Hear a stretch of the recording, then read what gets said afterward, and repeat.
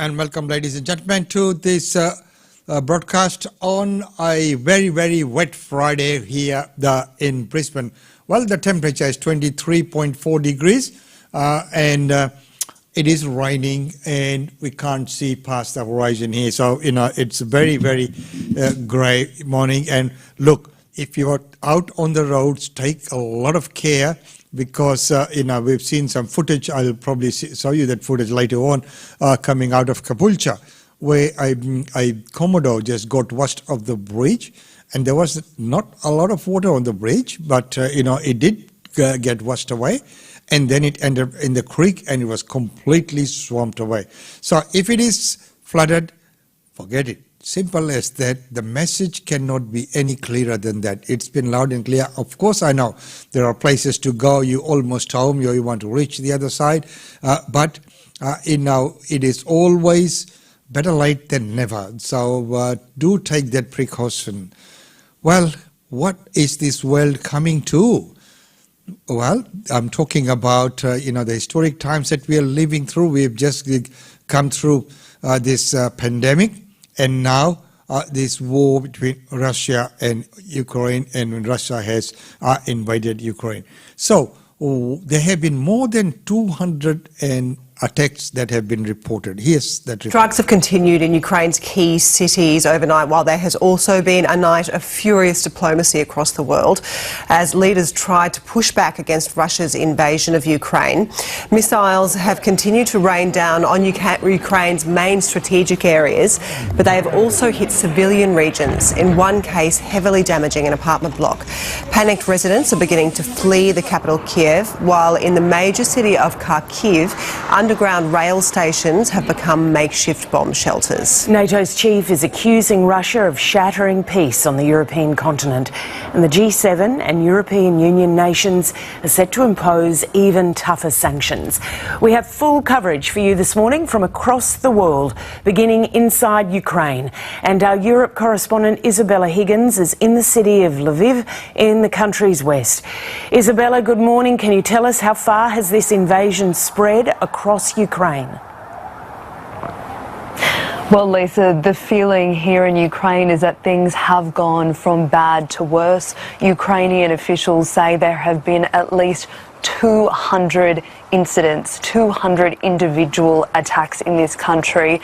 European leaders are calling this the most extreme conflict the continent has seen in decades. And those attacks are no longer happening just in those eastern regions held by Russian-backed separatists. They are happening in major cities like Kharkiv and Mariupol, and there are very real fears now for the capital, Kyiv.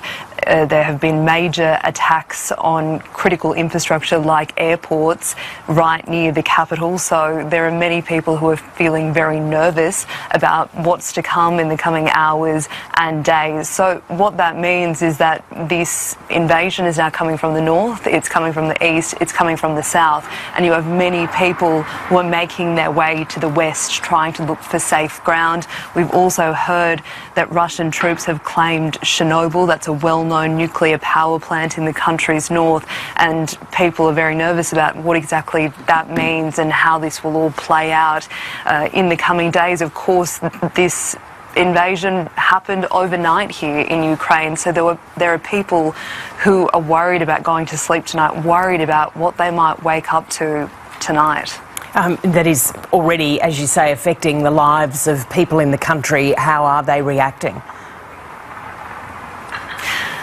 Well, Lisa, it's becoming very difficult to do basic things, even in a place here like Lviv that isn't right in the conflict zone. Things like buying petrol and food. There are enormously long lines at petrol stations, ATMs. There is virtually no cash left in this city. Today we went around to many ATMs. People are lining up. There just isn't cash here anymore as people prepare, as they stockpile.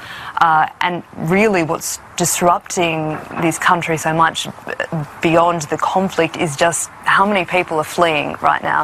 This mass migration of people moving to safer ground.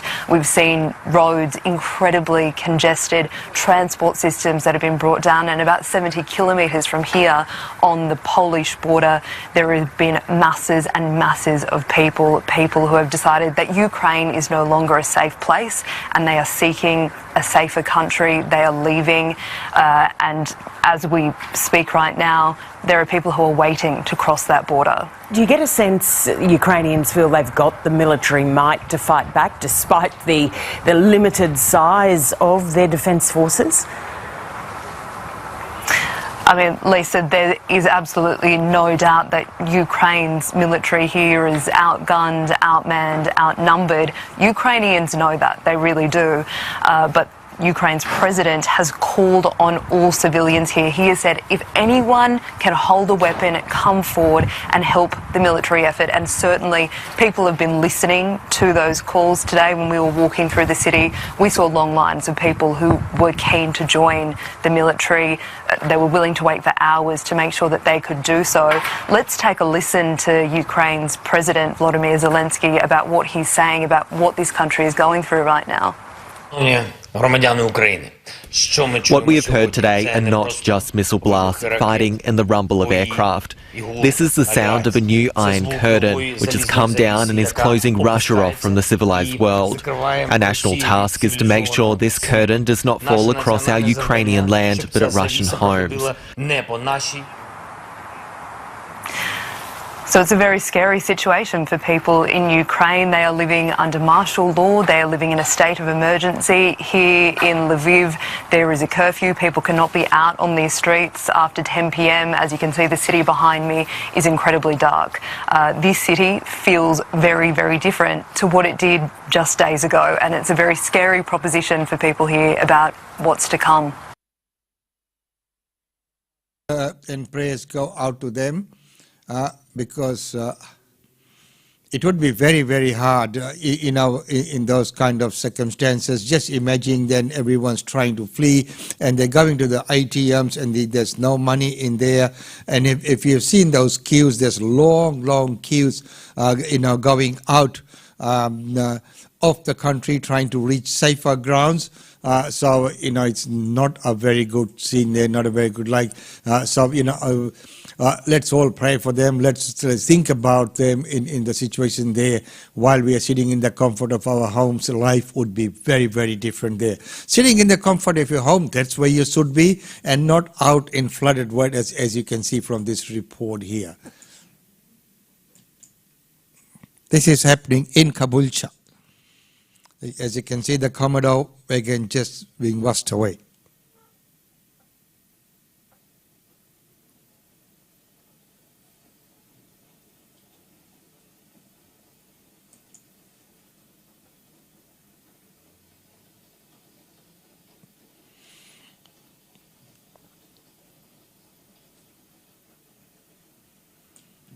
So as that, if it is flooded, just forget it. It's just not worthwhile taking the risk. But people do, and that is unfortunate. But right now we'll go back to the Ukraine, where we'll show you some more sides of the bombings.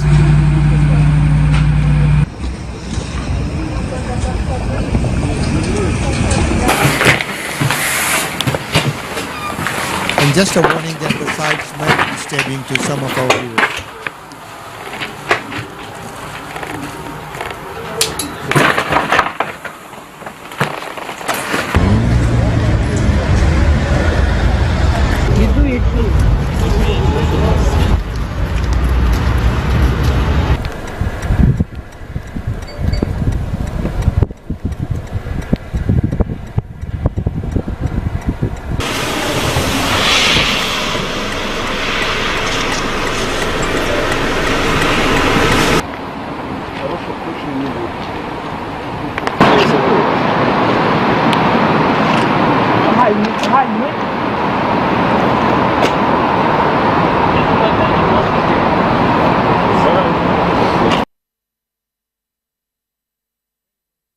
very, very grim scenes coming out there. Well, we know that there has been uproar from the international community. So what is Australia's response to this situation?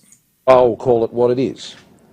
The Russian government launched a brutal invasion, unprovoked, on Ukraine and should be condemned for doing so, and Australia does. Together with the international community, we are banding together in strong terms to condemn these outrageous acts in the strongest possible terms.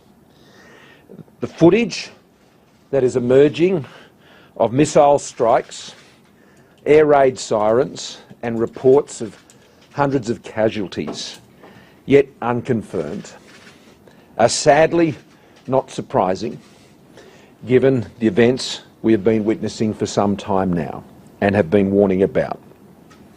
But even as these events continue to take place, we do call on the Russian government to withdraw and return Ukraine to a peaceful situation. Vladimir Putin no doubt has bigger concerns than what the Australian Prime Minister makes of him, but nonetheless the combined international pressure that will be brought to bear on Russia will be considerable, as Sarah Ferguson outlined. Chief Political Correspondent Laura Tingle's in Canberra. Laura, Ukraine is a very long way from Australia. A conflict there is not a direct threat to Australian security. Why is Scott Morrison weighing in such strong terms? Well, it isn't a direct threat, Lee, but it is an existential threat to the way the world has worked for the last few decades, that threat comes from the very fact that Vladimir Putin has basically sort of tested NATO and the US, and they've basically blinked in his terms that they haven't intervened militarily. We are linked in with those allies, with the US and the UK and Europe, so we can really only do what they're doing, and so those options are sanctions, and we've seen this upgrading of sanctions today from the Prime Minister. He has also signalled that there will be a continuing ratcheting up of those sanctions from our end. And on language, he has to also square off with the fact that this has implications for China, which he didn't really want to talk about today. But you know, the big question is if the US if the US don't want to go into the dispute over the Ukraine, what happens if there's a dispute over Taiwan? So, and obviously he's been running a very hard political line against China. Laura, markets around the world have responded nervously to the Ukraine crisis. What happened in Australia, and what are the chief economic implications for this country? Well, we saw $73 billion wiped off the share market today, Lee. That's basically all just been a flight to safety. The rest of the markets have been quite steady or have gained from that. There's been a rush into bonds. The Australian dollar has stayed very stable. So at the moment it's just confined to the asset markets, which may stabilise. The longer term implications really go to what happens to the energy markets and their implications for inflation. Laura Tingle, thank you. Thanks, Lee. So there you are, up to date on Australian Indian Radio, and it is rather disturbing to see how things have taken place over the weekend. How will it affect us, as we have had from those ones? But let's take a look at this report on the actual impact that it will. Even though, as in the last report we had, we are way away, a long way away from Ukraine here in Australia, but it has far-reaching consequences. Yesterday evening, Scott Morrison announced sanctions against a further 25 Russians with ties to the military, as well as 4 entities involved in the sale of weapons and a number of Russian banks and financial institutions. This is building on the original sanctions which were detailed on Wednesday. It is worth noting that earlier in the day, the Prime Minister had conceded that sanctions from Australia and around the world were unlikely to deter Vladimir Putin as he engaged in this aggression with Ukraine, something of a prescient comment considering what happened just a couple of hours later. But Mr Morrison, in his press conference after the invasion yesterday, did say that this was a response to the bullying and thuggish behaviour by Vladimir Putin, that it needed to happen, that he needed to be shown that there was a cost towards, or a cost from, rather, this invasion into Ukraine. We'll wait to see what develops today. Australia likely to be be guided in its further sanctions based on what other world leaders do. We know that the Prime Minister had flagged sanctions against 300 members of Russia's parliament yesterday, but Australia's exposure to the Russian economy and leading Russian figures is far less than what we're seeing around the world. So it really will be up to other world leaders to set the ground rules here for how the world deals with the Kremlin during this period of violence. The message that was put forward to Australians still in Ukraine, and it's believed that as of yesterday there were around 1,400 or so still in the country, is that if it is safe to do so, to leave the country immediately. However, if it is unsafe and people are stuck, they should be sheltering in place, but getting in touch with the Department of Foreign Affairs and Trade to give them an indication of their whereabouts. And of course, Matt, we have large communities of Ukrainian Australians, large communities of Russian Australians here, so we are seeing these shockwaves right affecting Australia too.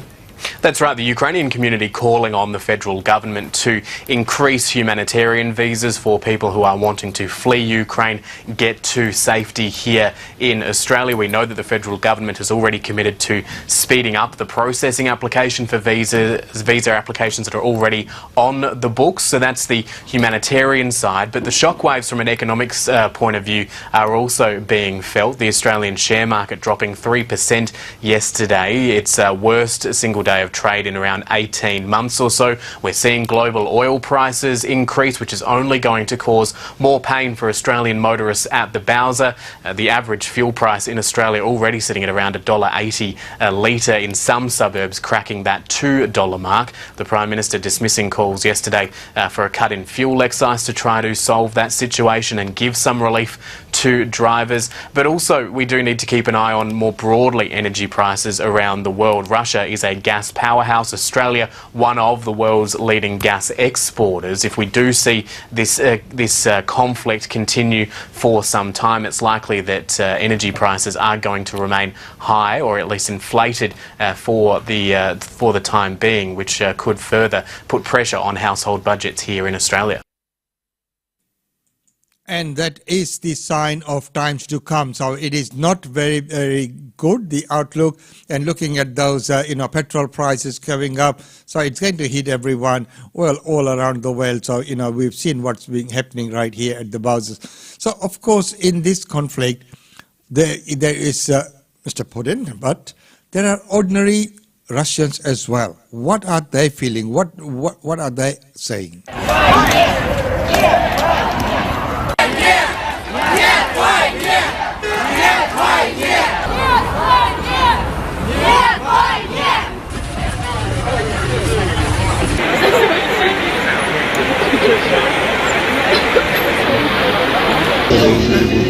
Между нами снова.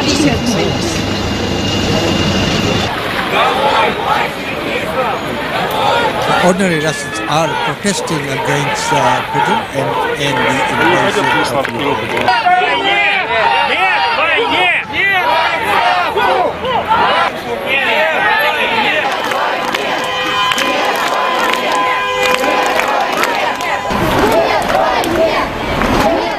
Well, right now we'll go to America, the superpower. Let's see, as our Prime Minister said, that we will also be following what everyone else is doing, and of course, we all know that Australia always looks up to US and follows what US is doing. So let's go and listen to Joe Biden.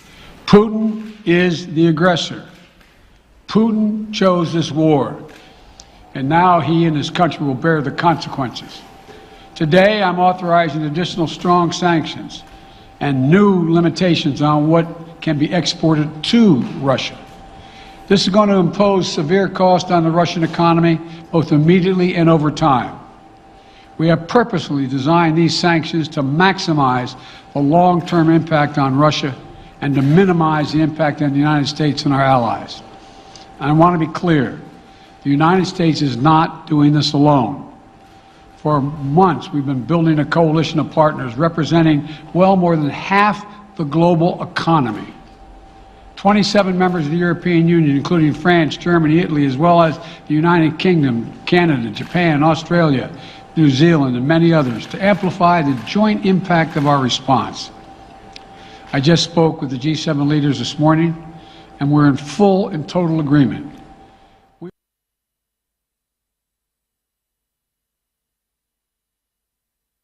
Can see that he's got support of the G20 leaders, and of course he did mention Australia, so Australia is having its full support there as well.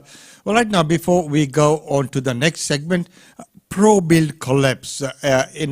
People are still worried about the construction industry. Look, we've seen the manufacturing sector go down the drain. Right here, of course, there have been talks about reviving that. The country that's actually doing very well in the manufacturing sector, setting up new plants, is India. It's getting trying to compete with China. China, of course, we know is way ahead in the manufacturing sector. If you fly into China, you can see that for acres and acres, all you see is factory. People go in and there's a lot of factories there. India is upcoming. And lots of things, including Tesla and other ones, have set up plants in India, and Indian government is doing the right thing by asking for special provisions for these companies to set up in India, which has got an abundance of willing and very capable workforce. So that is happening. So right here in Australia, we've seen the manufacturing factors such as the cars and all those big manufacturing sectors gone.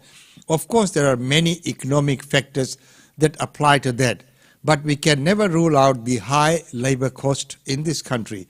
So even in building, when you're building a house, when you look at the building material and other costs as compared to the labor cost of building a house, the labor component is quite high. So the pro-build, which has collapsed, what's going to happen here? Who's to be blamed? It's a dark day for the construction industry. The collapse of WBHO Australia Group, including ProBuild, has put thousands of jobs in jeopardy. No one tells you anything, so you just work normally and then everyone's taking their tools. We just thought everyone might be going to another job or something, but then everything makes sense now, like they're going under. The companies have 18 projects worth billions of dollars across the nation, the majority in Victoria. ProBuild's South African parent company has shoveled $183 million into the builder in the past 4 years. Now, it's pulled the plug. The building and construction industry has been under significant pressure for the last year or so, certainly. The cost of materials and the cost of labour have risen dramatically. ProBuild's parent company has blamed the Australian government's hardline approach of managing COVID-19, saying the protracted effect of COVID-19 has delayed any meaningful economic recovery and procurement activity in Australia. It also blamed the government for blocking a 2020 deal to sell ProBuild to a Chinese company over concerns about national security. When we see one of these top-tier builders entering an insolvency process, it creates a massive effect through the industry. In a defiant statement, ProBuild said it was caught in a set of circumstances not of its making, and it would be working to continue. Weighing on the entire industry, the soaring cost of materials and labour. If builders can't recoup those increases on contracts they've already signed, they'll be losing money on jobs they're years from completing. With debts and delays on key projects, ProBuild's receivers will need some big shovels. Definitely they will, because it is not going to be easy task, as we know. Wishing all the workers who have missed out on their jobs, that they find some job and that there's the security, and of course the administrators who would be called in, that common sense prevails and try and see if they can reach some solution as soon as they can. Well, right now, before we go into our daily India report, is a message from our sponsors of the segment. GlobeNet Realty. GlobeNet Realty has been the longest established, trusted and respected agency in its trade area. Washa Chandra, Director of GlobeNet Realty, provides honest and ethical service to her customers. If you are thinking of investing in Brisbane real estate market, or if you are seeking professional property management, then you should contact Usha Chandra today on landline 3865 4466 or mobile 0419 775 416. And for further updates, log on to our website www.globenetralty.com.au. GlobeNet Realty is your own local real estate agency. Situated at Shop 52281 Sandgate Road, Boondall. GlobeNet Realty. Real estate is our world.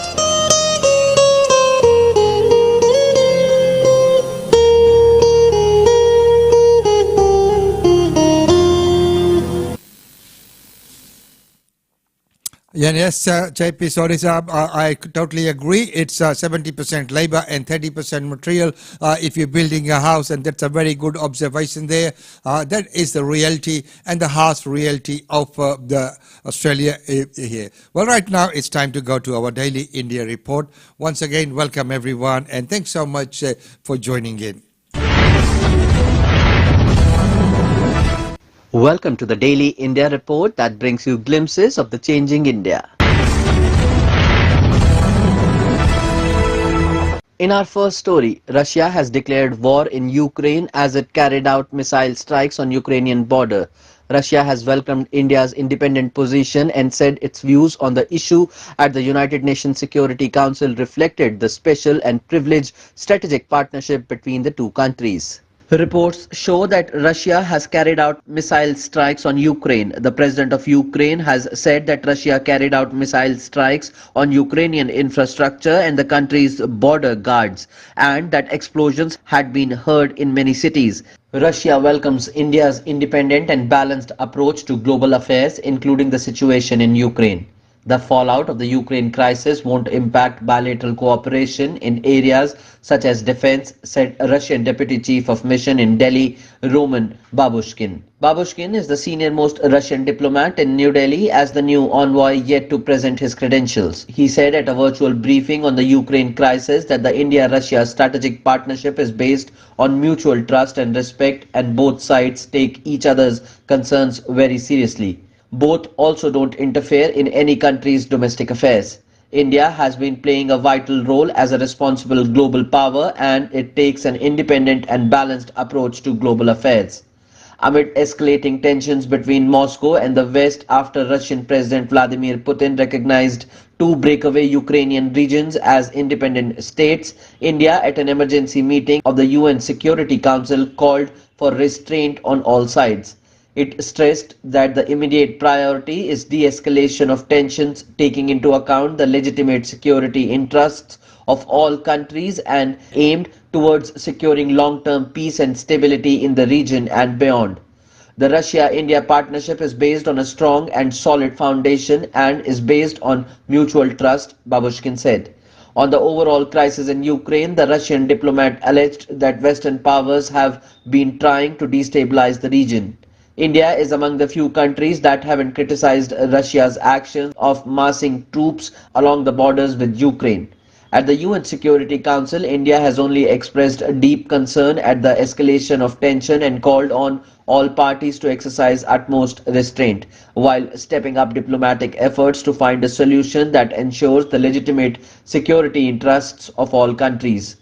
However, India's position has been questioned by Western commentators in recent days, with some pointing out India is the only member of the Quad that has not criticized Russia.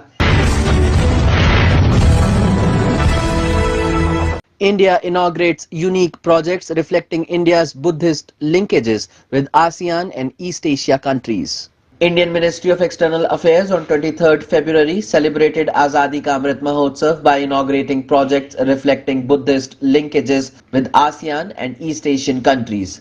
The celebration was graced by the presence of the Indian Minister of State for External Affairs, Rajkumar Ranjan Singh.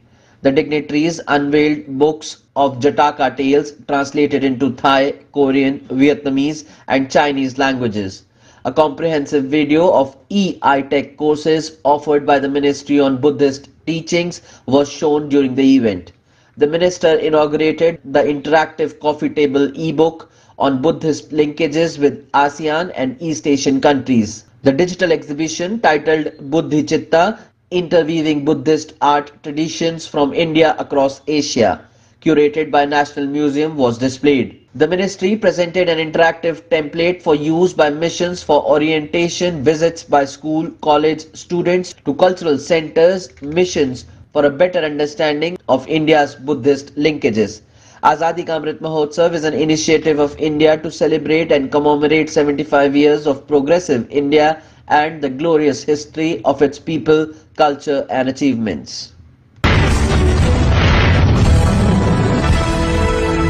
A virtual Pravasi Bharatiya Divas conference on India's diaspora dividend in the European Union was held on February 23, 2022. Indian diaspora members from across Europe attended. The Indian diaspora serves as a living bridge connecting India to the world. The Indian government has taken a series of initiatives to connect to the diaspora and collaborate in science and technology. The virtual Pravasi Bharatiya Divas conference on India's diaspora dividend in the European Union was held on February 23, 2022.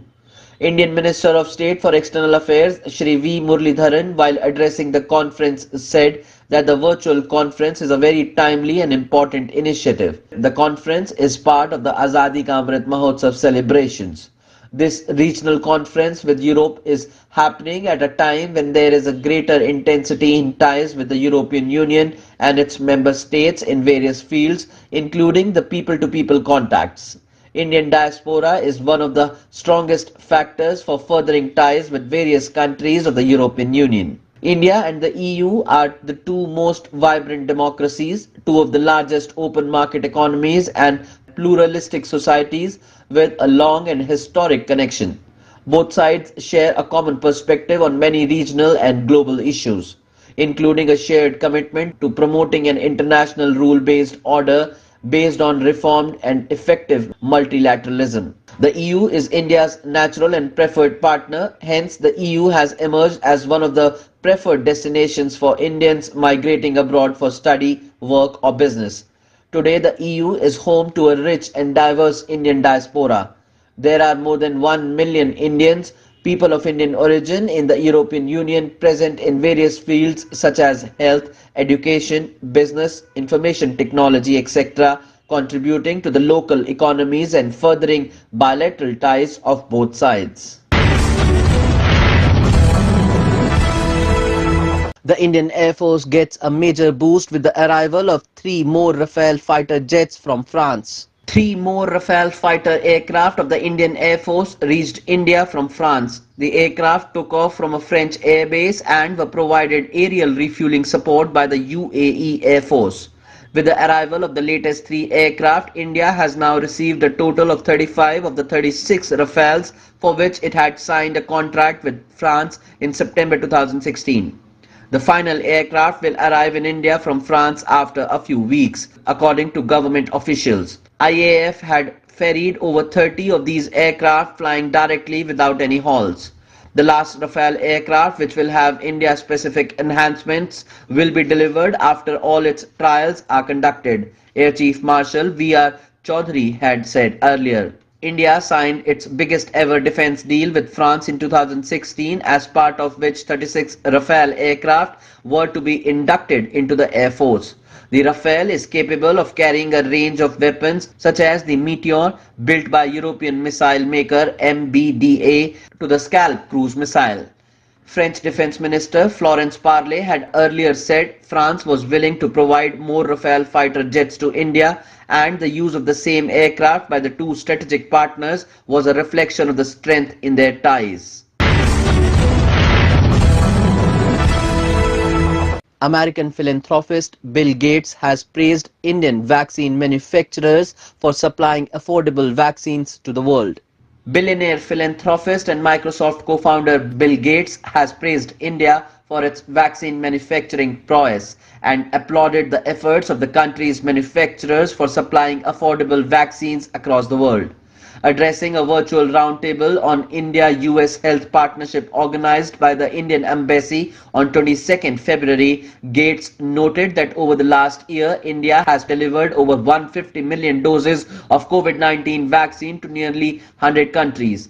At the same time, thanks to Indian vaccine manufacturers, almost every country in the world now is offering vaccines to protect children from diseases such as pneumonia and rotavirus, which have been the leading cause of child's death for decades, Gates said. The roundtable was organized to bring together key stakeholders in India and US for leveraging the bilateral partnership to make affordable vaccines available to the world. While this pandemic isn't yet over, we have begun to look beyond emergency response. This means not only controlling COVID, but also being ready to stop future outbreaks before they become pandemics and continuing to fight all the infectious diseases, he explained. Bollywood fans were treated to the trailer of Amitabh Bachchan's upcoming sports drama Jhund. The trailer features Big B as a football coach who tries to enlist kids from a slum in his football team. The first full trailer of Amitabh Bachchan starrer Jhund is out, and it promises to be an engaging sports drama about the human spirit overcoming all obstacles.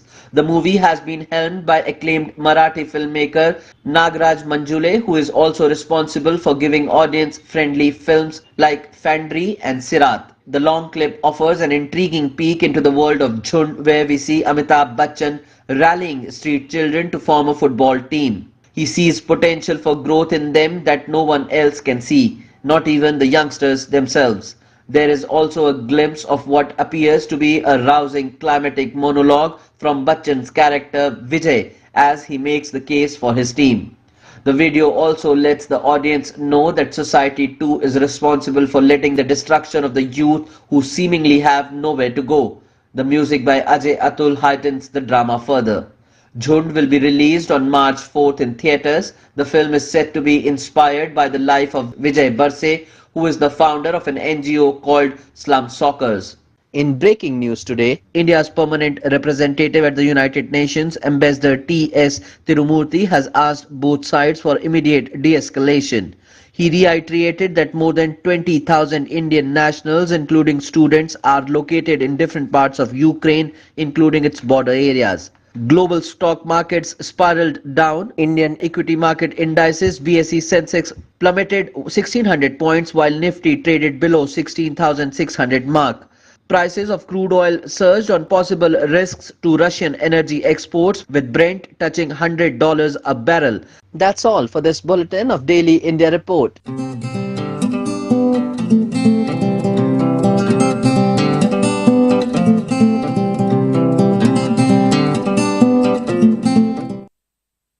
And thank you so much for that report, Himanshu. Well, ladies and gentlemen, it is the weekend, but it's going to be a very wet weekend. We know that there is such a lot of things that can go wrong, but right now we know that there are some functions and events that are going to be taking place. So here's a glimpse of some of them.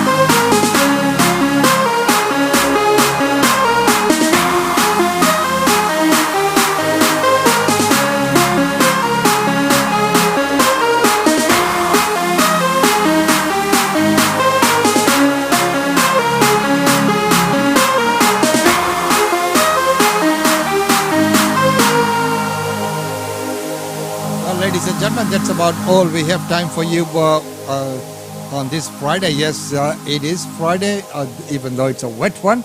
Well, remain safe, and on those roads, if they are flooded, forget it. Please remain safe. And of course, we know there are some functions and events that are taking place. Kairali's function has been postponed, and there have been other functions and events that have been put on hold for the time being. And there are other functions being planned for a few months ahead. So, and of course, we know there will be an onslaught of lots of artists coming from India. We can see the posters coming up and lining up. We are supporting the Pankaj Udas, so that will be happening. And the Opera House in Sydney will present to you all the details as we go along. But we have just endorsed that event, and we will be media partners, even though that's happening in Sydney and we are based in Brisbane, but we'd like to support that event and any such events like that. So ladies and gentlemen, once again, on this wet Friday, it's goodbye from me until tomorrow when I come back with the weekend edition. It's so good to see everyone back online. So once again, until tomorrow, it's goodbye from me. Remain safe and have a lovely weekend.